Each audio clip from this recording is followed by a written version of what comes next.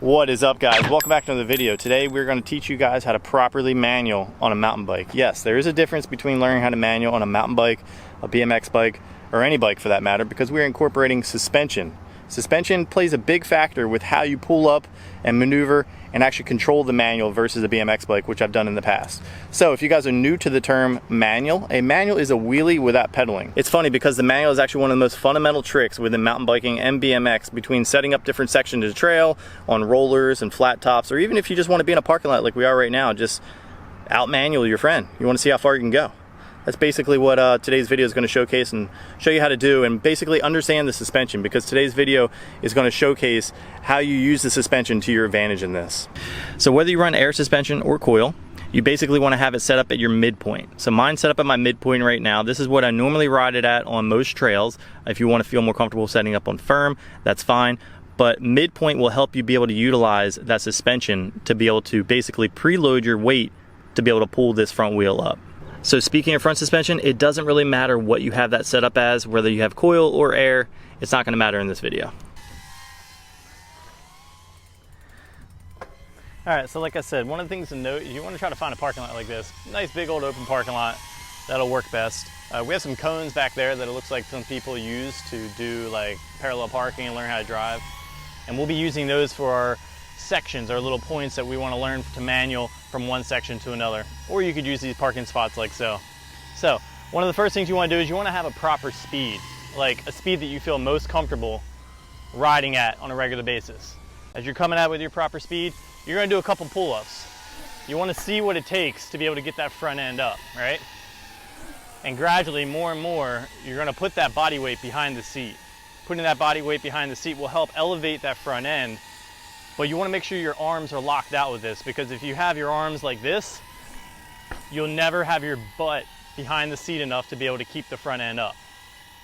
All right, so we're going to keep backtracking this way because it's super windy going that way and I don't want the wind noise to be all in your ears. So we're going to do the same pull up, lock our arms, throw our weight behind the seat a little bit. As I throw my weight behind the seat, I want to make sure the further back that my butt gets to basically that axle point on your bike, that's your peppy medium. Now on a BMX bike, it's going to be way easier because you can loop out. So if you have a BMX bike at home, you want to do that initial pull up to try to see if you can get the front end up. That's fine, then you can come back to this. I'm going to switch the angle up a little bit so you can see where my body weight is shifted behind my back wheel.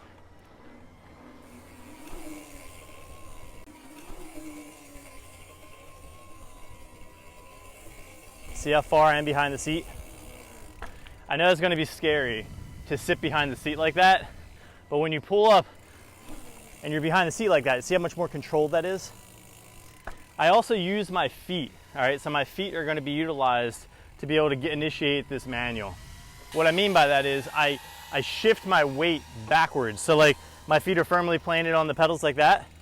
I shift them back so that it already kicks my weight back, so when I pull up, I'm already behind the seat. Now the manual is going to be way harder slow, like 5 times harder. So carrying speed to be able to initiate this is probably going to be your best bet. So watch, I shift that weight back, get behind the seat, I pull up. I'm using my knees to control. My knees, because you're going to have a hard time steering.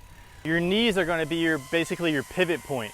So when you're manualing and you're straight up like this, your front end would be what keeps your steering going, because you're able to do this, right?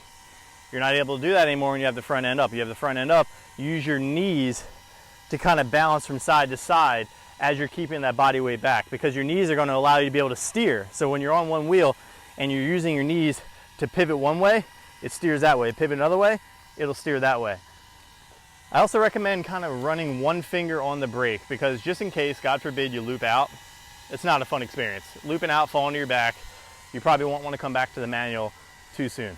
These cones, perfect example. I guess they're already set up ready for parallel parking. Not too sure what size vehicle they're parallel parking, because this is much bigger than a regular parallel parking spot. But so the goal would be to, if you don't have cones, find something, a trash can or something. You want to set up one point to another, and that's going to allow you to be able to kind of gauge and basically set up a goal, an end goal. That's the whole point of this video. An end goal will be able to get from one point to another, and then you carry on this entire technique to be able to get yourself further and further. So I say this is about 15 or 18 feet, pretty simple. We're gonna carry the same type of speed, and I'm gonna show you how my body weight is positioned. I do wanna note that wherever your head goes, your body will follow. So if I pull up and I have my chin down, it's gonna bring that front end down, and that's not gonna be the way you wanna do it. So keeping that chin up and using your eyes to find that destination is what you wanna do. So we're gonna go at it. I'm gonna keep that chin up, look far in the distance, and try to cross that threshold. So as you get closer and closer to that landing, as you just saw right there, I actually dropped my chin because I knew that's where I wanted to drop my front wheel. So for this one, I'm gonna go a little bit slower. I'm gonna show you how I preload the suspension, and you'll see my body weight shift back. And that's the key to this whole thing. Like I said, shifting your body weight back, preload. I'm behind the seat, and my arms are extended. Now I have to keep reminding you, no tight arms. You wanna have them extended out, because if you have tight arms, watch, here's what happens. I pull up like that, I can't keep the front end up, and I'm hunched in front of the seat like that, and your body weight just doesn't feel natural that way. Come into it, shift my heels back, get suspension, pull up, keep those arms extended, find your area, and just drop down. So as you can see, when I approach these cones, I actually shifted my heels back, brought my toes up. And when my toes up means when I went to pull up, my body weight shifted behind that seat, right where I want it to be, because you want to find that sweet point. The sweet point, like I said, is right past the back of the seat. You want your butt to be right, I guess, basically aligned with the axle of your wheel. Maybe kind of hover it behind it a little bit just to initiate, and then you're going to use your knees to balance. Your knees are what's going to be keeping the front end up. Your arms too as well, because you're going to have them locked out. You might not have them locked straight out. You're going to have them maybe slight bend, okay? You don't want them to be like this, because then you're going to be stuck in this position and you won't be able to get that distance because you're going to be up against the handlebars. Not the way to go. Have the handlebars kind of like locked out to this point right here.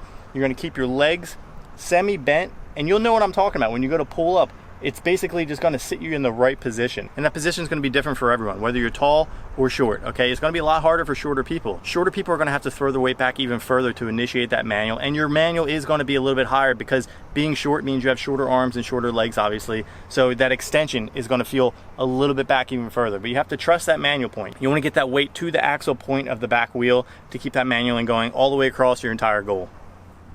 So this trick isn't going to come easy for everyone, but that doesn't mean give up. You're going to have to keep trying and trying and trying, because this is one of the most fundamental tricks whether you're riding mountain bike or BMX. Speaking of BMX, if you're looking to learn how to manual on a BMX bike specifically, click the link in the description below or the card up on top of the screen right now to take you to that video. A lot of these same fundamental things you can utilize in BMX once you get the balance and technique, but the manual is one of those things that you can use basically on any trail setup, any jump setup, any skate park, any parking lot for that matter. So if you just want to have a manual contest between you and your friends, go do it. I hope you found this video useful, and if you did, drop a comment below and let me know any other tips or tricks you guys are going to want to learn along the way. I'm learning along the way. I'm transitioning from BMX to mountain bikes. I'm taking everything I know from BMX and bringing it to the mountain bike world. And the manual, being one of my most favorite tricks to ever do, was actually pretty easy for me to take from BMX to mountain biking. I really hope you found this video useful learning how to manual. If you did, drop a comment below and let me know any other tips and tricks you guys want to learn incorporating mountain bikes or BMX bikes for that matter.